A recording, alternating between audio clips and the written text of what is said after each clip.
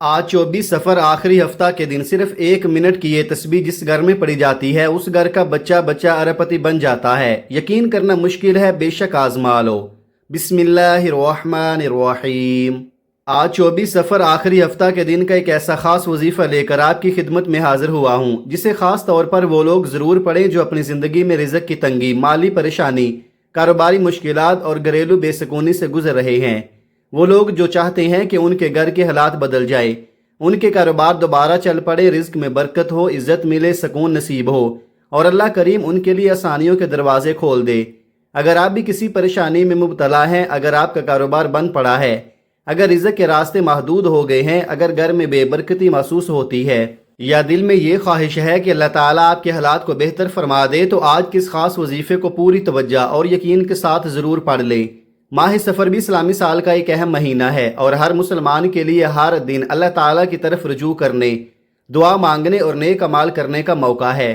آج 24 سفر آخری ہفتہ کا دن بھی آپ کے لیے اپنے رب کو یاد کرنے، اپنی حاجتیں مانگنے اور دل کی بات اللہ کے سامنے رکھنے کا ایک موقع ہے۔ ذرا سوچیں، زندگی میں ایک وقت ایسا بھی آتا ہے جب انسان دنیا کے ہر دروازے سے مایوس ہو کر صرف اللہ کے دروازے پر آتا ہے۔ آنکھوں میں آنسو ہوتے ہیں، دل میں بے شمار پریشانیاں ہوتی ہیں، زبان پر الفاظ نہیں ہوتے لیکن ہاتھ دعا کے لیے اٹھ جاتے ہیں۔ انسان اپنے رب سے کہتا ہے، یا اللہ اب میرے لیے آسانی فرما، یا اللہ میرے گھر کے حالات بدل دے، یا اللہ میرے رزق میں برکت عطا فرما، یا اللہ میری وہ حاجت پوری فرما جسے میں کسی کے سامنے بیان نہیں کر سکتا۔ اور یہی وہ لمحہ ہوتا ہے جب بندہ اپنے رب کی طرف سب سے زیادہ متوجہ ہوتا ہے۔ آج آپ بھی اپنے دل کی بات اللہ کریم کے سامنے رکھیں، جو مانگنا ہے مانگیں، جو پریشانی ہے بیان کریں، جو حاجت برسوں سے دل میں چھپی ہوئی ہے اسے اپنے رب کے سامنے رکھ دیں، کیونکہ اللہ وہ ہے جو اپنے بندے کی پکار سنتا ہے، اس کے آنسو دیکھتا ہے اور اس کے دل کا حال جانتا ہے۔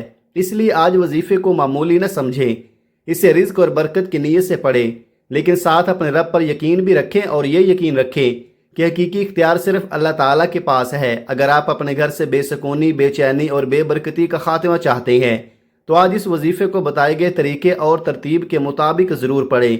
دل کو دنیا کی فکروں سے ہٹا کر چند لمحوں کے لیے اپنے رب کے سامنے بیٹھ جائیں، کیونکہ کبھی کبھی انسان کی زندگی میں تبدیلی ایک بڑی چیز سے نہیں بلکہ ایک سچی دعا، ایک آنسو اور اللہ کی طرف ایک قدم بڑھانے سے شروع ہوتی ہے۔ آج جو شخص اس وظیفے کو اللہ کی رضا اور اپنی جائز حاجات کی نیت سے پڑھے، وہ اپنے رب کے سامنے اپنی پریشانیاں رکھے اور دعا کرے کہ یا اللہ میرے معاملات آسان فرما، میرے رزق میں برکت عطا فرما، میرے گھر میں سکون عطا فرما اور میرے لیے حلال رزق کے دروازے کھول دے۔ یاد رکھیے، اللہ کے خزانے کبھی ختم نہیں ہوتے۔ انسان کے وسائل ختم ہو سکتے ہیں، لوگوں کے وعدے ختم ہو سکتے ہیں، دنیا کے راستے بند ہو سکتے ہیں، لیکن اللہ کی رحمت سے امید کبھی ختم نہیں ہونی چاہیے۔ آج 24 سفر آخری ہفتہ کا دن بھی اپنے رب کی طرف رجوع کرنے کا ایک موقع ہے۔ اپنی دنیا کی مصروفیات میں اتنا نہ کھو جائیں کہ اپنے رب کو ہی بھول جائیں۔ آج کے اس وقت کو صرف دنیا کے کاموں میں گزار دینے کی بجائے کچھ لمحے اللہ تعالیٰ کی یاد اور دعا کے لیے ضرور نکالیں۔ اس لیے میری آپ سے دل سے گزارش ہے، آج کے دن کو غفلت میں ضائع نہ کیجیے گا۔ چند لمحے نکالیں، وضو کیجیے، اطمینان سے بیٹھیں، اللہ کا نام لیں اور اپنے رب سے مانگیں۔ آج 24 سفر آخری ہفتہ کے دن اپنے دل کو اللہ کے سامنے جھکا دیں، اپنی جھولی پھیلا دیں، اپنی پریشانیاں اللہ کے حوالے کر دیں، اپنے گھر، اپنے رزق، اپنے کاروبار، اپنی اولاد اور اپنی تمام جائز حاجات کے لیے دعا کریں۔ کیا پتہ آپ کی یہی ایک دعا آپ کی زندگی میں آسانی کا سبب بن جائے۔ کیا پتہ آج آپ کے لیے آنسو اللہ کے ہاں قبول ہو جائیں۔ کیا پتہ آج آپ کا رب آپ کے لیے وہ راستہ کھول دے جس کے بارے میں آپ نے کبھی سوچا بھی نہ ہو۔ آج اللہ کریم کو راضی کرنے کی کوشش کرنے کا وقت ہے، رب سے مانگنے کا وقت ہے، اپنے دل کی بات اپنے رب کو سنانے کا وقت ہے۔ اور یاد رکھیے، ہمیں وظیفے کو کسی جادوئی عمل کے طور پر نہیں بلکہ اللہ تعالیٰ کی یاد، دعا اور عبادت کے طور پر پڑھنا ہے۔ کامیابی، رزق، آسانی اور عطا صرف اور صرف اللہ کے اختیار میں ہے۔ جس طرح ایک بچہ اپنی ماں کے سامنے اپنی خواہش رکھتا ہے، اپنی ماں سے لپٹ کر روتا ہے اور اپنی حاجت بیان کرتا ہے، تو ماں اپنے بچے کی تکلیف برداشت نہیں کر پاتی۔ اسی طرح ہمارا رب اپنے بندوں پر بے حد رحمت فرمانے والا ہے۔ تو پھر سوچیں، جب بندہ اپنے رب کے سامنے عاجزی سے جھک جائے، اپنی غلطیوں پر نادم ہو، دعا کرے، اللہ کو راضی کرنے کی کوشش کرے اور حلال راستے اختیار کرے، تو اللہ تعالیٰ کی رحمت سے مایوس کیوں ہونا چاہیے؟ بس آج دل سے اللہ کو پکاریں، اپنی زبان سے دعا کریں، اپنی آنکھوں سے آنسو بہائیں، اپنے دل سے یقین رکھیں اور اللہ کریم سے کہیں یا اللہ میں کمزور ہوں، تو طاقت والا ہے، یا اللہ میرے پاس کچھ نہیں، تیرے پاس سب کچھ ہے، یا اللہ میرے راستے بند ہیں، تو میرے لیے راستے کھول دے، یا اللہ میرے گھر میں پریشانی ہے اسے سکون میں بدل دے، یا اللہ میرے رزق میں برکت عطا فرما، یا اللہ میری جائز حاجات پوری فرما۔ کیونکہ جب بندہ اپنے رب کی طرف سچے دل سے پلٹتا ہے تو یہی پلٹنا اس کی زندگی کی سب سے بڑی امید بن جاتا ہے۔ اس لیے آج 24 سفر آخری ہفتہ کے دن کو معمولی سمجھ کر گزر جانے نہ دیں، چند لمحے اپنے رب کے لیے نکالیں، اس خاص وظیفے کو توجہ کے ساتھ پڑھیں اور پھر اپنی تمام جائز حاجات اللہ کریم کے سامنے رکھ دیں۔ اللہ تعالیٰ سے مانگنے میں دیر نہ کریں، کیونکہ دنیا کے دروازے بند ہو سکتے ہیں مگر اللہ کی رحمت سے امید کا دروازہ کبھی بند نہیں ہوتا۔ آپ چاہے دنیا کے کسی بھی کونے میں رہتے ہوں، آپ کا تعلق پاکستان سے ہے، انڈیا سے ہے، بنگلہ دیش سے ہے، جاپان سے ہے، مسقط سے ہے یا دنیا کے کسی بھی ملک سے ہے، جب بھی آپ کے ملک میں 24 سفر آخری ہفتہ کا دن آئے تو آج کے اس عمل کو غفلت میں مت چھوڑیں۔ آج آپ نے اس وظیفے کو ضرور پڑھنا ہے۔ آپ چاہیں تو ابھی پڑھ لیں، چاہیں تو نماز فجر کے بعد پڑھ لیں، چاہیں تو نماز ظہر کے بعد، نماز عصر کے بعد، مغرب کے بعد یا عشاء کے بعد پڑھ سکتے ہیں۔ اس کے لیے کسی خاص گھڑی کی پابندی نہیں، کوئی مخصوص جگہ ضروری نہیں۔ آپ گھر میں ہیں تو گھر میں پڑھیں، دکان پر ہیں تو دکان پر پڑھ لیں، دفتر میں ہیں تو دفتر میں پڑھ سکتے ہیں، سفر میں ہیں، راستے میں ہیں یا چلتے پھرتے بھی یہ وظیفہ پڑھ سکتے ہیں۔ لیکن آج اپنے رب کی طرف سے ملنے والے اس موقع کو ضائع مت کیجیے گا۔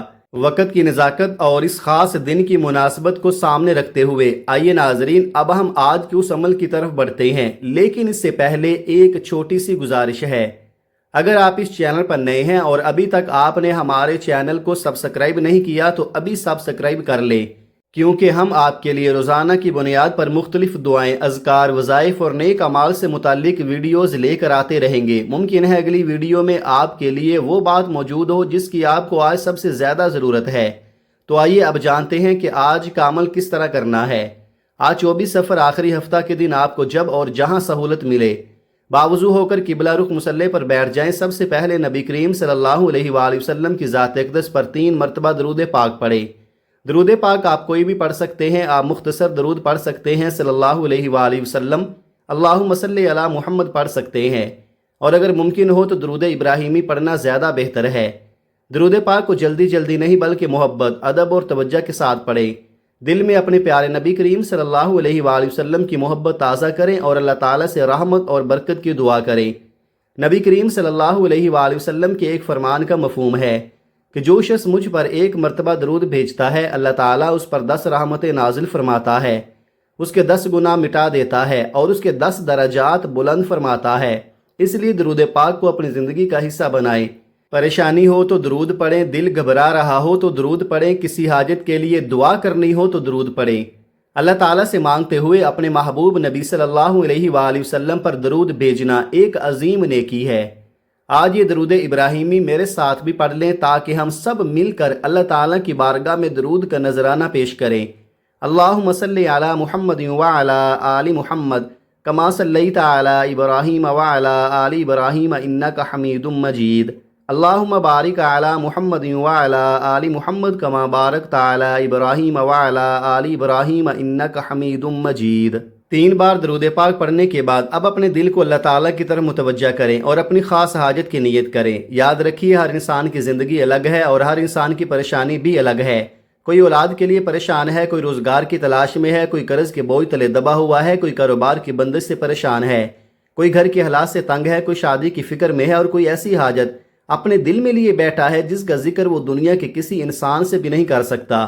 آپ کی حاجت جو بھی ہے اسے اپنے دل میں رکھیں اور اللہ تعالیٰ سے مانگیں۔ آج اپنے رب کے سامنے یہ سوچ کر نہ بیٹھیں کہ میری مشکل بہت بڑی ہے، یہ کام کیسے ہوگا، میرے حالات کیسے بدلیں گے، میرے لیے راستہ کہاں سے نکلے گا۔ آپ صرف یہ سوچیں کہ میرا رب سب کچھ کرنے پر قادر ہے۔ انسان کی عقل جہاں جا کر رک جاتی ہے اللہ تعالیٰ کی قدرت وہاں سے شروع ہوتی ہے۔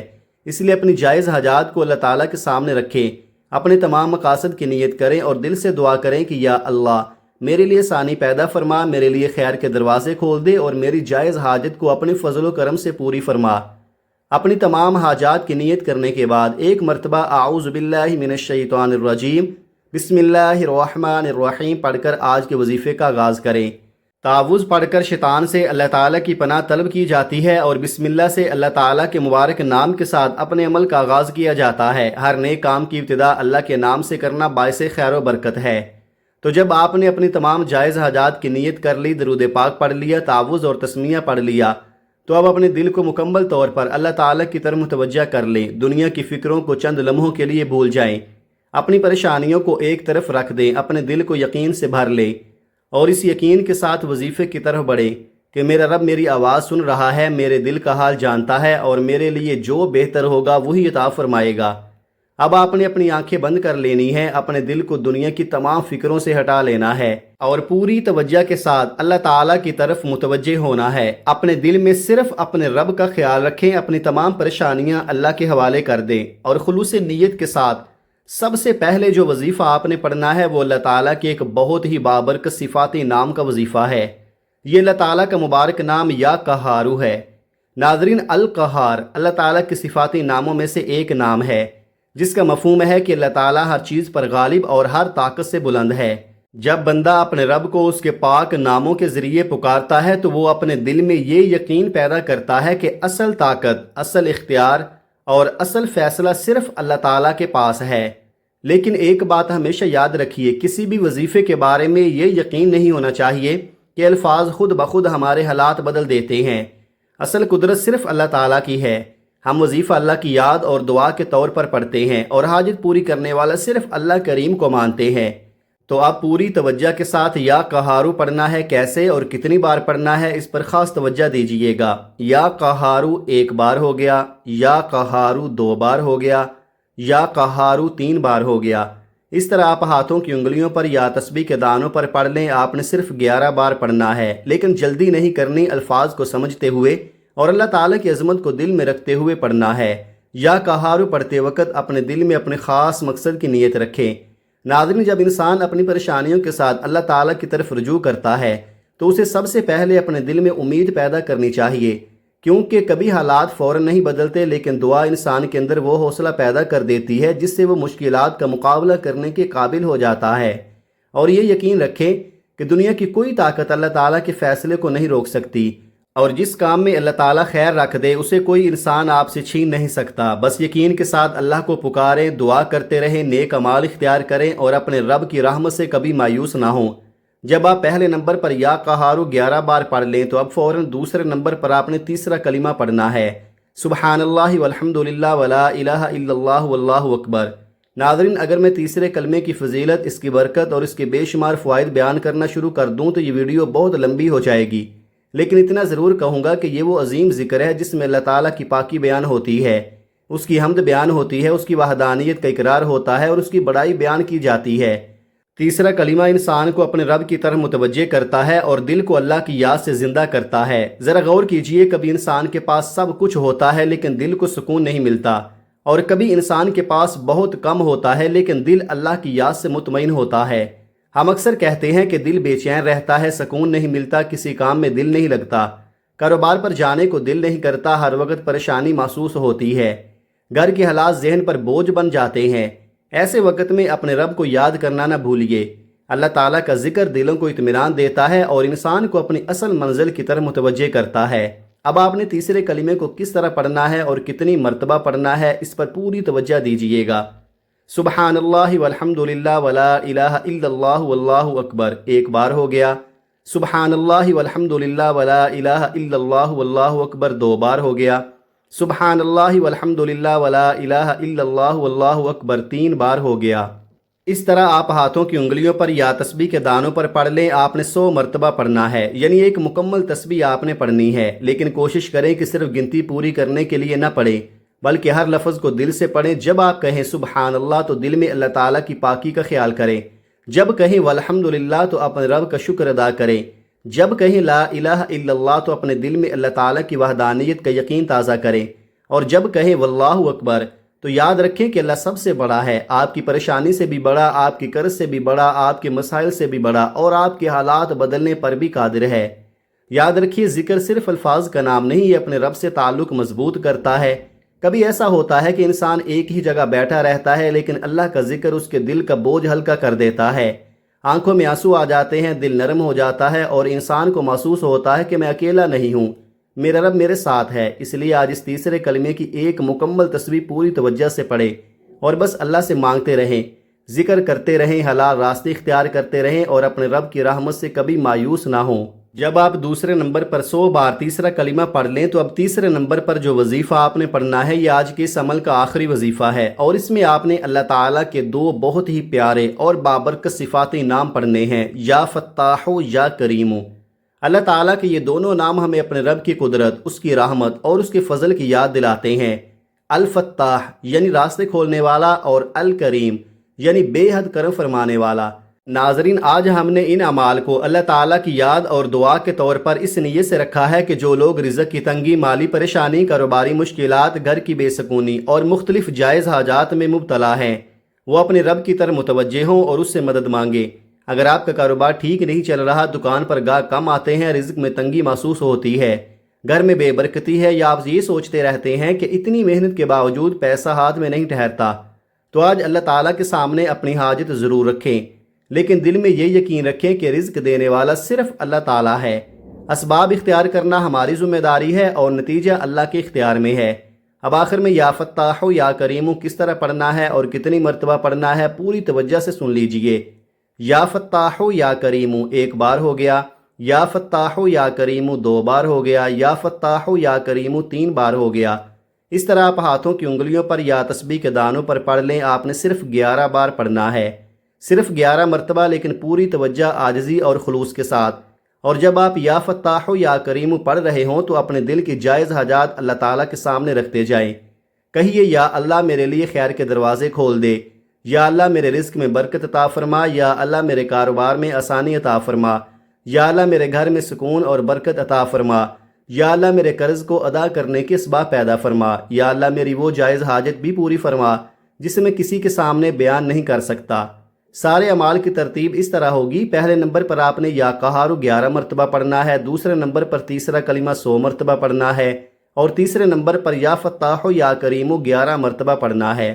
یہ تینوں اعمال اسی ترتیب اور تعداد کے ساتھ مکمل کرنے کے بعد، جس طرح آپ نے عمل کے شروع میں 3 مرتبہ درود پاک پڑھا تھا، اسی طرح آخر میں بھی نبی کریم صلی اللہ علیہ وآلہ وسلم کی ذات اقدس پر 3 مرتبہ درود پاک ضرور پڑھنا ہے۔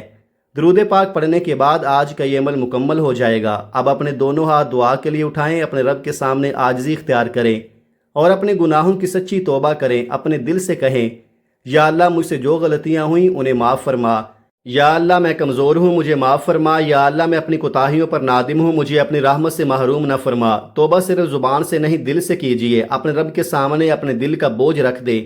اگر آنکھوں میں آنسو آ جائیں تو انہیں روکنے کی کوشش نہ کریں۔ اللہ تعالیٰ کے سامنے رو لینا کمزوری نہیں، یہ اپنے رب کے سامنے عاجزی ہے۔ اور پھر اپنی جائز حاجات مانگیں، اپنے لیے مانگیں، اپنے والدین کے لیے مانگیں، اپنے گھر والوں کے لیے مانگیں، اپنی اولاد کے لیے مانگیں، اپنے رزق کے لیے مانگیں، اپنے کاروبار کے لیے مانگیں، اور اس شخص کے لیے بھی دعا کریں جسے آپ جانتے ہیں کہ وہ کسی پریشانی میں مبتلا ہے۔ اگر ممکن ہو تو سجدے میں جا کر اپنے رب سے دعا کریں، کیونکہ سجدہ بندے کی عاجزی کی سب سے خوبصورت حالت ہے۔ سجدے میں اپنے رب کو پکاریں اور کہیں، یا اللہ میرے لیے جو بہتر ہے وہ عطا فرما، یا اللہ میرے حالات میں خیر پیدا فرما، یا اللہ میرے رزق میں حلال برکت عطا فرما، یا اللہ میرے دل کو سکون عطا فرما، یا اللہ میری جائز دعاؤں کو قبول فرما۔ اور یہ بھی یاد رکھیے کہ دعا کا مطلب یہ نہیں کہ ہماری خواہش لازماً اسی وقت اور اسی شکل میں پوری ہو۔ کبھی اللہ تعالیٰ ہمیں وہ عطا فرماتا ہے جو ہم مانگتے ہیں، کبھی اس سے بہتر عطا فرماتا ہے، اور کبھی کسی نقصان کو ہم سے دور فرما دیتا ہے۔ اس لیے دعا کرتے ہوئے اللہ تعالیٰ پر بھروسہ رکھیے اور مایوس نہ ہوں۔ اللہ رب العزت سے دل کی گہرائیوں سے دعا ہے کہ اے اللہ، جو کچھ ہم نے پڑھا، جو کچھ ہم نے سنا اور جو دعائیں ہم نے مانگی، اپنی پاک بارگاہ الہی میں انہیں قبول و منظور فرما۔ یا اللہ جو مانگا ہے اس میں ہمارے لیے خیر ہے تو اسے عطا فرما، جو ہم مانگ نہیں سکے اپنی رحمت سے وہ بھی عطا فرما۔ ہماری کوتاہیوں کو معاف فرما، ہماری توبہ قبول فرما، ہمارے گھروں میں سکون عطا فرما، ہمارے رزق میں حلال برکت اور وسعت عطا فرما، ہمارے کاروبار میں آسانی عطا فرما، ہمارے قرض ادا ہونے کے اسباب پیدا فرما، ہماری تمام جائز حاجات پوری فرما۔ آمین یا رب العالمین۔ ناظرین، اگر آپ اپنے رزق میں برکت اور وسعت کے لیے دعا کر رہے ہیں تو اللہ تعالیٰ کے 99 ناموں میں سے کوئی ایک خوبصورت نام کمنٹ میں ضرور لکھیں۔ ممکن ہے آپ کا لکھا ہوا وہ ایک نام کسی دوسرے شخص کو بھی اللہ تعالیٰ کا ذکر کرنے کی یاد دلا دے۔ اللہ تعالیٰ ہم سب کا حامی و ناصر ہو۔ اللہ ہماری دعاؤں کو قبول فرمائے، ہمارے گھروں کو امن و سکون عطا فرمائے، اور ہمیں ہمیشہ حلال رزق، نیک اعمال اور اپنی رضا کے راستے پر قائم رکھے۔ آمین یا رب العالمین۔ جزاک اللہ خیرا۔